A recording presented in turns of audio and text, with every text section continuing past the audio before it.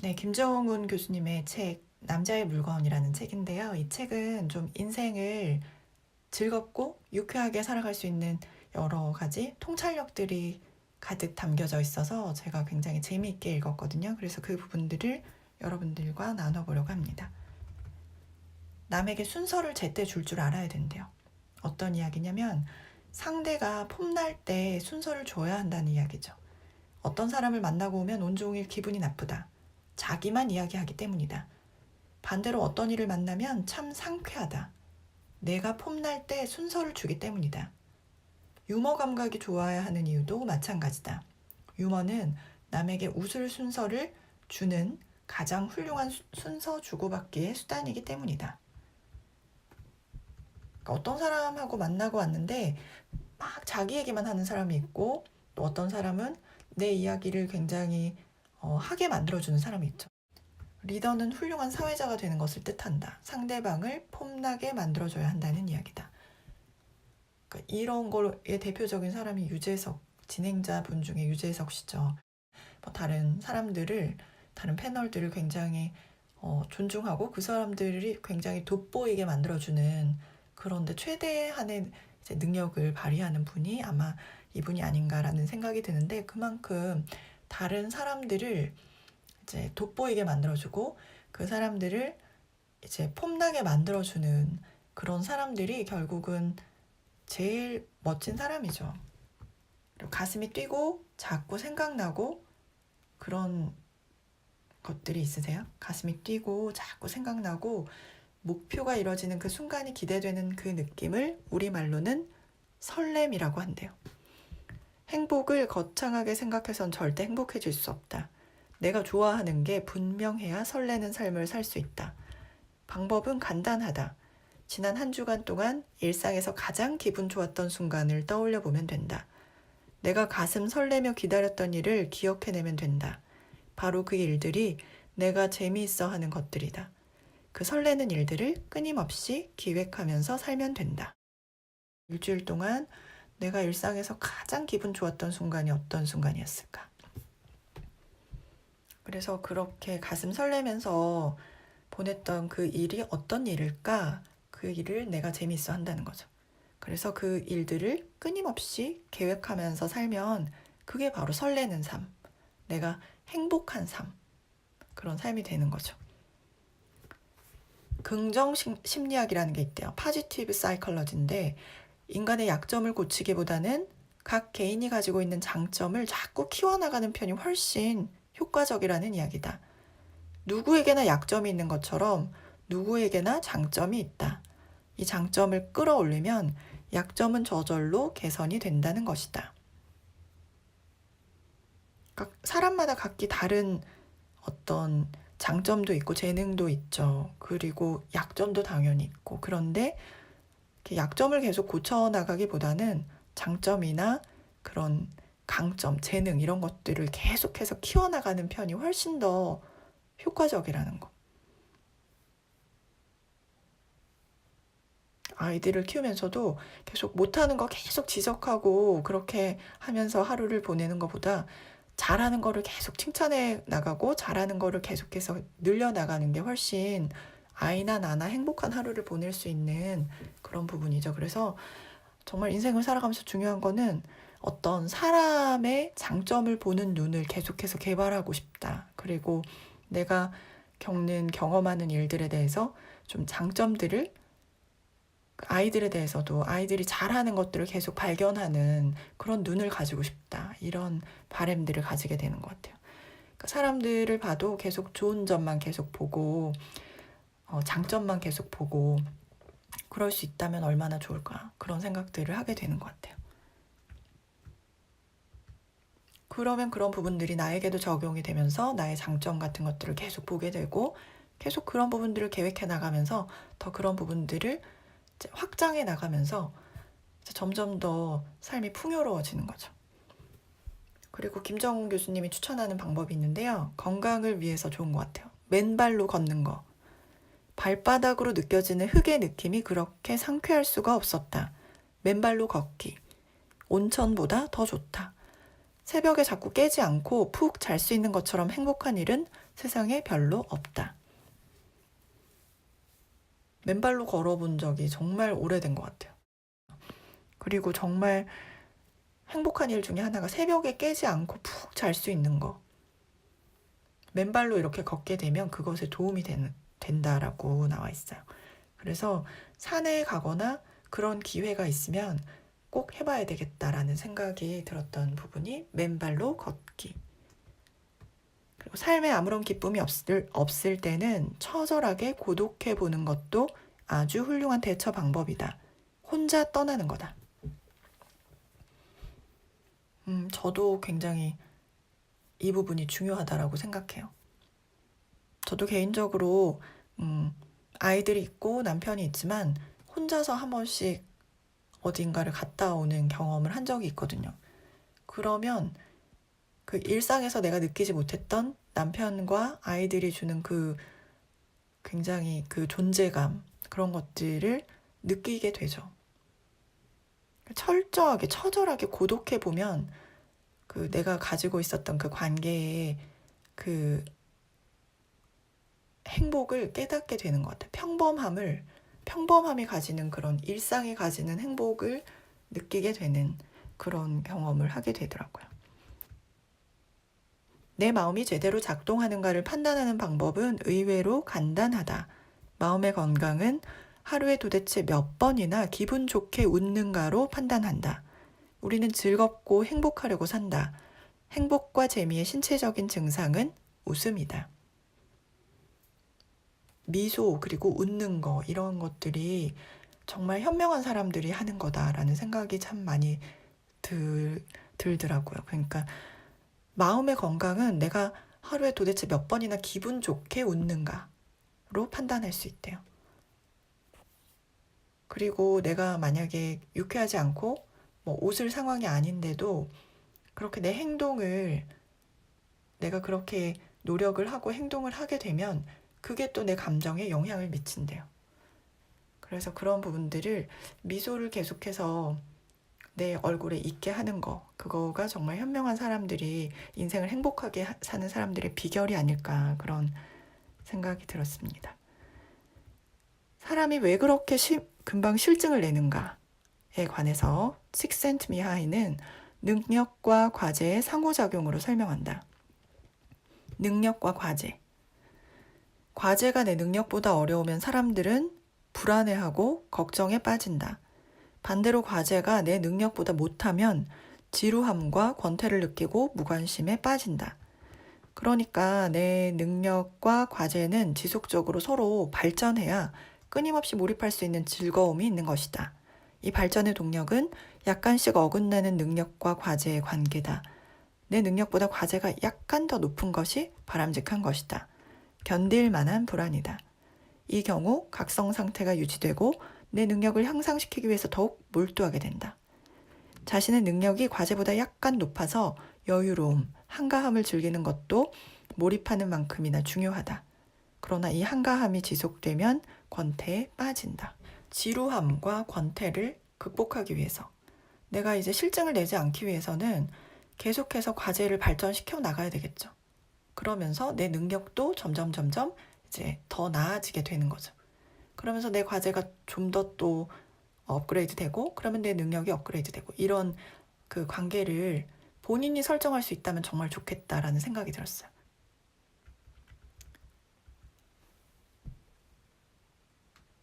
신영복 교수에 대한 부분인데요.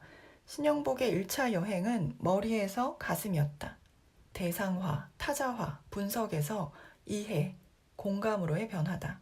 그런데 그것만큼이나 더 먼 여행이 또 신영복을 기다리고 있었다. 가슴에서 발까지의 2차 여행이었다. 이해와 공감이라는 머리에서 가슴까지의 1차 여행이 변화와 발전이라는 가슴에서 발까지의 2차 여행으로 이어지는데 또 수년이 걸렸다. 그 변화와 발전은 인간관계 속에서 가능하다는 것을 신영복은 반복해서 강조한다. 사람들과의 관계 속에서 자신이 충분히 설 수 있을 때 변화가 일어난다는 것이다. 변화와 발전이란 결국 이 성숙한 인간관계의 내면화의 다름 아니라는 것이다. 이런 관계의 내면화의 결과가 바로 신영복에게서는 한글 서체라는 구체적인 행위로 나타나는 것이다.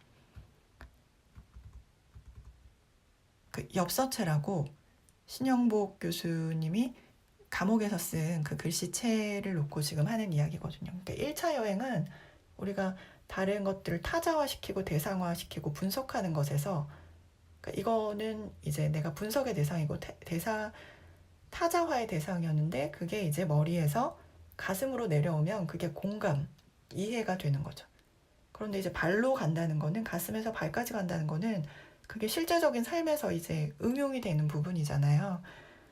실제적인 삶에서 이제 변화와 발전이라는 것들로 나타나는 부분인데, 그래서 책을 읽는 부분도 약간 목적이 이런 것 같아요.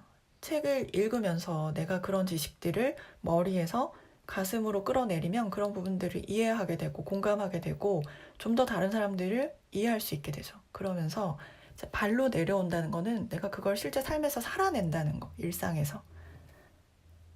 그래서 그런 부분들이 어디서 나타나느냐, 드러나느냐, 인간관계 속에서 가능하다는 것을, 그 변화와 발전이 인간관계 속에서 가능하다는 이야기를 신영복 선생이 강조하고 있대요.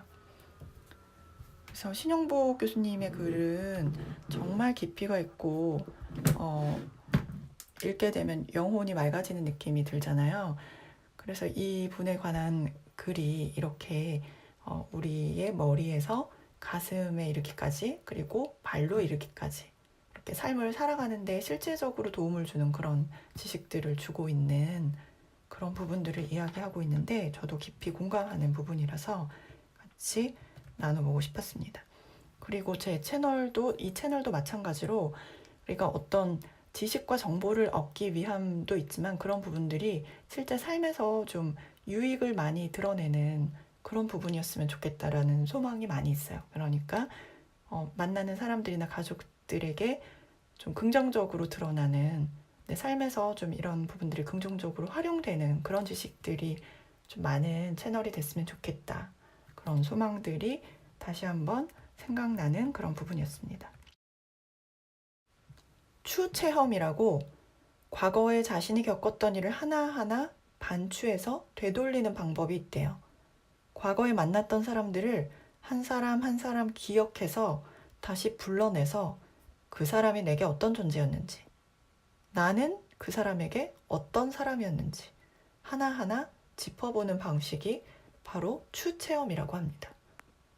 그래서 저는 지금까지는 이런 부분들을 구체적으로 해본 경험이 많지는 않은 것 같아요. 그냥 순간순간 어떤 감정들이나 지난 그런 시간들이 떠올릴 때는 있지만, 제가 겪었던 일을 하나하나 이렇게 일부러 떠올리고 그 사람들이 나에게 어떤 의미였고 그 일은 나에게 어떤 경험이었고 나는 또 그 사람들에게 어떤 의미였고, 이런 부분들을 좀 생각해 본 적은 없는 것 같아요. 그런데 시간이 지날수록 이런 경험들이 필요할 수 있겠다라는 생각이 들었어요. 왜냐하면 한 사람이 그 살아가면서 경험을 하게 되는데, 지금까지 어떤 경험했던 그런 경험, 특별한 경험, 그리고 만남, 그 관계 속에서 있었던 그런 경험들은 그 사람만의 것이잖아요. 그래서 그런 것들이 주는 의미를 한 번쯤은, 그리고 뭐 반복해서 그런 부분들의 의미를 깨달을 수 있다면 앞으로 살아가는 데 있어서 그런 부분들이 굉장히 중요한 어떤 인사이트를 주지 않을까, 그런 생각들을 하게 돼서 추체험이라는 거 한번 해봐야 되겠다, 이런 생각들을 하게 됐고요. 그리고 내 뜻을 관철하기 위해서 혹은 상대방을 내 편으로 만들기 위해서 자신의 본심도 숨기고 원치 않는 거짓말도 해야 할 때가 많다. 이걸 두고 정치적인 능력이 있다라고 말한다. 그런데 차범근 감독은 자기가 들고 있는 패를 다 드러낸다. 숨기는 것 자체가 불가능한 사람이다. 그러나 자기 패를 이렇게 다 드러내놓고 나오는 사람처럼 무서운 경우는 없다. 세상에 진실한 것처럼 강력한 것은 없기 때문이다. 정말 그렇다고 생각해요. 정말 자신이 있는 것들을 전부 다 드러내놓는 사람은 그 사람이 가진 어떤 숨기는 부분이나 그런 부분이 없기 때문에 굉장히 당당하게 살 수 있고 또 거리낌 없이 살 수 있잖아요. 거기서 나오는 힘이 있는 것 같아요. 그래서 물론 정치적인 능력 이런 부분들도 때에 따라서는 필요할 때가 있겠죠. 그런데 실제적으로 그것보다 더 우위에 있는 거는 정말 패를 다 드러내놓고 그럼에도 불구하고 그것들로 인해서 당당해질 수 있다면 정말 그런 사람처럼 무서운 사람은 없는 것 같아요. 그리고 공수부대에 하면 된다 정신. 사실 나도 한때 그런 생각을 한 적이 있다. 그런데 어느 순간부터 하면 된다가 아니라 되면 한다로 순서가 바뀌어버렸다. 낯선 것에 대한 두려움, 새로운 시도에 대한 불안이다. 더 이상 젊지 않다는 뜻이기도 하다. 그러니까 나이가 들거나 이제 젊음을 잃어버리게 되면 낯선 것에 대해서 두려운 것에 대해서 싫어하죠. 그냥 해오던 것대로 하고 싶다. 편안한 게 좋다. 어떤 나이가 뭐 80, 90이더라도 내가 계속해서 내 인생에서 새로운 것들을 경험하기를 원하고 또 낯선 것들을 계속해서 내가 경험하기를 원하고 이런 사람들한테 과연 젊음이 멀리 있다라고 말할 수 있을까라는 생각이 들어요. 그런 생각들 하면서 젊다는 게 어떤 신체적인 부분보다는 약간 정신적인 부분과 더 관계가 있지 않나라는 생각을 하게 됐고요. 혼자 중얼거리는 것을 심리학에서는 자기 중심 언어라고 한다. 자신의 내면의 느낌을 자연스럽게 표현할 수 있는 수단이 박탈된 경우에 나타나는 현상이다. 사회적인 지위가 높을수록 도덕적 책임이 큰 사람에게 많이 나타난다. 이들에게는 자신의 내면을 자연스럽게 표현할 수 있는 대체 수단이 필요하다. 그림이 가장 대표적인 경우다. 어릴 때부터 익명성을 포기하고 산 안성기에게 그림은 중요한 내면의 표현 수단이다. 그러니까 자기가 가진 어떤 내면의 느낌을 자연스럽게 표현하는 게 중요하잖아요. 얼마 전에 본 내 아이를 위한 감정 코칭에서도 감정을 자연스럽게 인식하고 그걸 자연스럽게 표현하는 것들이 주는 능력이 굉장하더라고요. 그게 인내심도 주고 다른 사람들과의 관계에서도 그것들이 유용하고 목표를 추구하고 나가는 과정에서도 그 감정을 느끼고 자연스럽게 표현하는 것들이 굉장히 핵심적이라는 부분을 읽은 적이 있거든요. 그래서 그런데 이런 부분들이 자연스럽게 되지 않았을 경우 예를 들어서 안성기 영화배우 같은 경우에는 어렸을 때부터 이제 대중들에게 노출이 되어 있다 보니까 그런 부분들이 제약이 많았겠죠. 그래서 이제 본인이 자연스럽게 내면을 표현하는 수단으로 선택한 게 그림이 될 수 있었다는 부분. 그래서 내 감정을 표현하는 게 반드시 언어나 말이 아니어도 되는구나. 음악이 될 수도 있겠고 그리고 그림이 될 수도 있겠고 어떤 운동이 될 수도 있겠다라는 생각이 들면서 그런 감정 표현의 수단이 많으면 많을수록 좋겠다라는 생각이 들었어요. 지금 아직 어린 아이들에게는 좀 이렇게 공부를 위한 공부보다는 약간 이렇게 감정을 표현할 수 있는 대체 수단이 될 수 있는 이런 다양한 활동들을 많이 알려주면 정말 좋겠다 그런 생각들을 하게 됐고 저 스스로도 제가 어떤 감정들을 표현하는 수단을 좀 다양하게 가지면 더 좋겠다라는 생각들을 하게 됐습니다. 모든 사람은 불안하다. 특히 불확실한 미래에 대한 불안은 누구나 가지고 있다. 불안한 이들은 근거가 있든 없든 간에 자기 확신에 찬 사람을 편안해한다. 그저 바라보고 있는 것만으로도 기분이 좋아진다.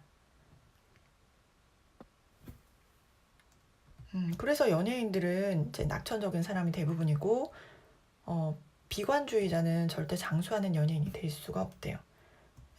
모든 사람들이 불안을 가지고 있고 그런 불확실한 미래에 대한 불안감이 다 있기 때문에 정말 자기 확신에 차 있고 항상 유쾌한 사람들은 보면 누구나 기분이 좋죠.